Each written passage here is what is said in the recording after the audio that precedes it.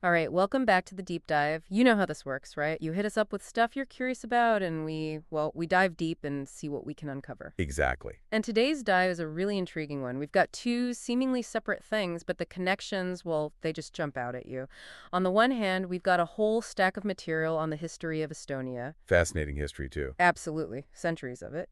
And on the other, we've got this incredibly moving message from a teacher named Mr. Rose to his students. It's all about perseverance, really sticking with it even when things get rough. And he's talking about it in terms of their studies and their future. It's a powerful message. It is, right. And when you put these two things together, Estonia's history and Mr. Rose's advice, well, it just makes you think, doesn't it, about how perseverance plays out on a much, much grander scale. Yeah, it really highlights the idea that perseverance isn't just about individual effort. It's woven into the fabric of entire nations, entire cultures, Exactly. So today's mission is to really explore the history of Estonia from its very beginnings all the way to the present day. and see how it embodies this spirit of perseverance.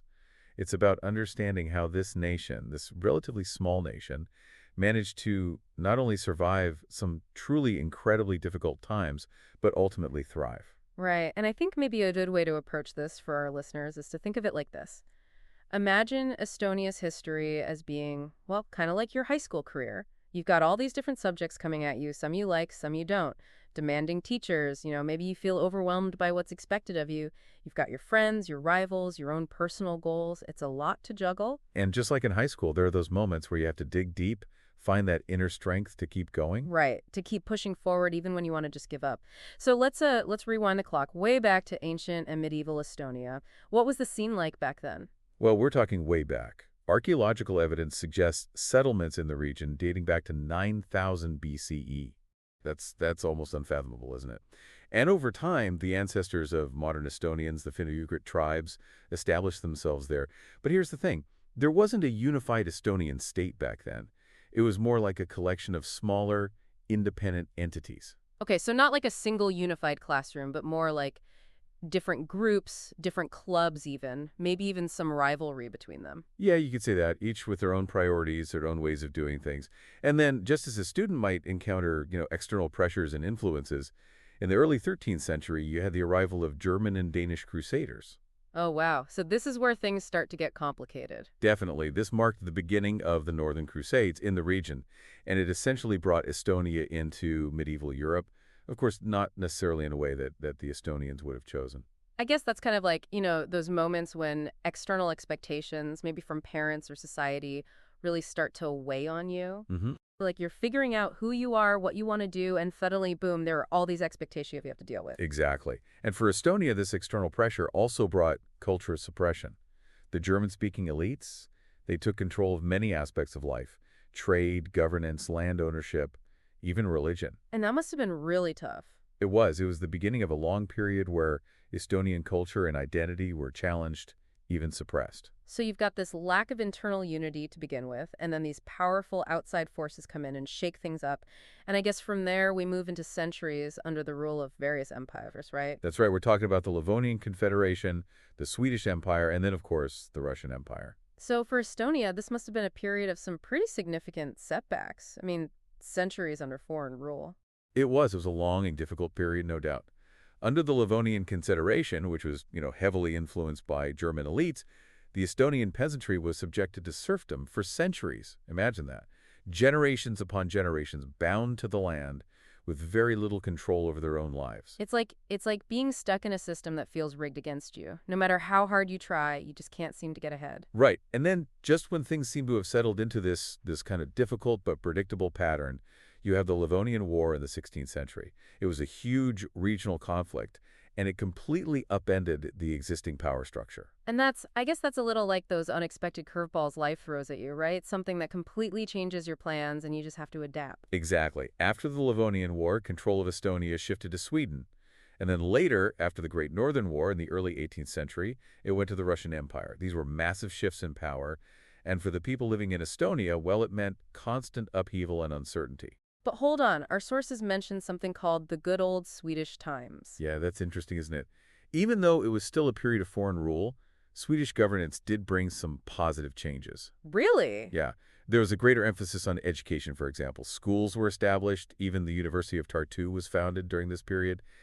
And the lives of the peasants, well, they saw some improvement compared to the harsh conditions under the Livonian Confederation. So it's like even in the middle of a really tough class, maybe you find one subject that you really connect with, or you get a teacher who really inspires you. Exactly. It's a reminder that even within challenging circumstances, there could be bright spots, moments of progress, and hope.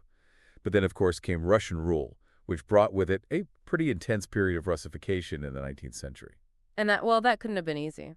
It wasn't. The Russian Empire wanted to, integrate Estonia more fully into its fold, and that often meant suppressing Estonian language and culture. But, and this is what's so fascinating, this period also fueled what became known as the Estonian National Awakening. Oh, wow. So pushing down on them actually had the opposite effect. In a way, yes. Estonian intellectuals, cultural leaders, they started to actively promote their language, their literature, their unique Estonian identity. It was a conscious effort to preserve their cultural core in the face of this external pressure. You could say it's a bit like when a teenager feels pressure to conform, maybe to fit in with a certain group, and they respond by, doubling down on their individuality, embracing what makes them unique. So even after centuries of being under the control of others, that deep desire for their own identity, it didn't disappear. It actually got stronger. And I guess that brings us to the 20th century, which, well, it brought a whole new set of challenges for Estonia. Yes, the 20th century was a turbulent time for Estonia, and indeed for much of the world. There was a brief period of independence, right? Followed by, well, the brutal Soviet and Nazi occupations. That's right. In 1918, after centuries of foreign rule, Estonia declared its independence. And they didn't just declare it, they felt for it in the War of Independence. It was a hard-fought victory against significant odds. Imagine that, after all those years of being told what to do, who to be, finally having the chance to decide your own destiny. A huge moment. A defining moment. But tragically, it was short-lived. In 1940, as a consequence of the Molotov-Ribbentrop Pact, the Soviet Union forcibly annexed Estonia. Then came the horrors of the Nazi occupation during World War II, and then the return of Soviet rule in 1944. This was, without a doubt, the darkest period in Estonian history. Oh, it must have been devastating. It was. This era was marked by fear, political oppression, the loss of basic freedoms, forced collectivization, and mass deportations to Siberia. It's almost impossible to fathom the suffering that the Estonian people endured during this time. It's like having everything you hold dear, your freedom, your family, your way of life, ripped away from you. And yet, amidst all that darkness, something remarkable happened, right? The Estonian spirit, it somehow endured. How? How did they manage to hold on? It's a testament to the strength and resilience of the Estonian people. They kept their culture and language alive, often in secret, within their families, within small communities. They held on to their traditions, their songs, their stories. It was this quiet resistance, this refusal to be completely extinguished, that helped them survive. It's like keeping a small flame burning, even in the fiercest storm. And eventually that flame, it grew brighter. It led to the Singing Revolution. Ah, yes, the Singing Revolution. This is an extraordinary period in the late 1980s. It was a peaceful but incredibly powerful movement. People gathered in huge numbers, singing patriotic songs that had been banned for decades. They expressed their desire for freedom, their national pride, their refusal to be silenced. It was a collective act of defiance, and it sent a powerful message to the Soviet authorities. It's like a whole student body coming together, using their voices to demand change, to express their hopes and dreams.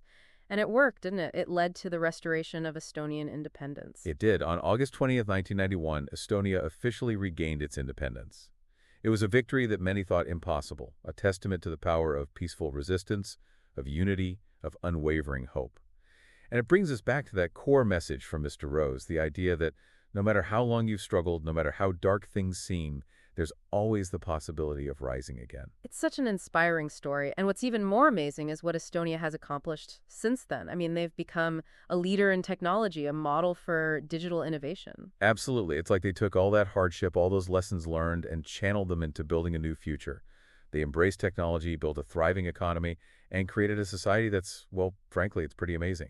Yeah, it really is. And it brings us back to Mr. Rose's advice. He talks about the regret his students might feel if they give up now, how they might find themselves trapped in a life they don't want. You can see parallels to that in Estonia's history, right? Definitely. If they hadn't resisted, if they hadn't held on to their identity, their culture, who knows what might have happened?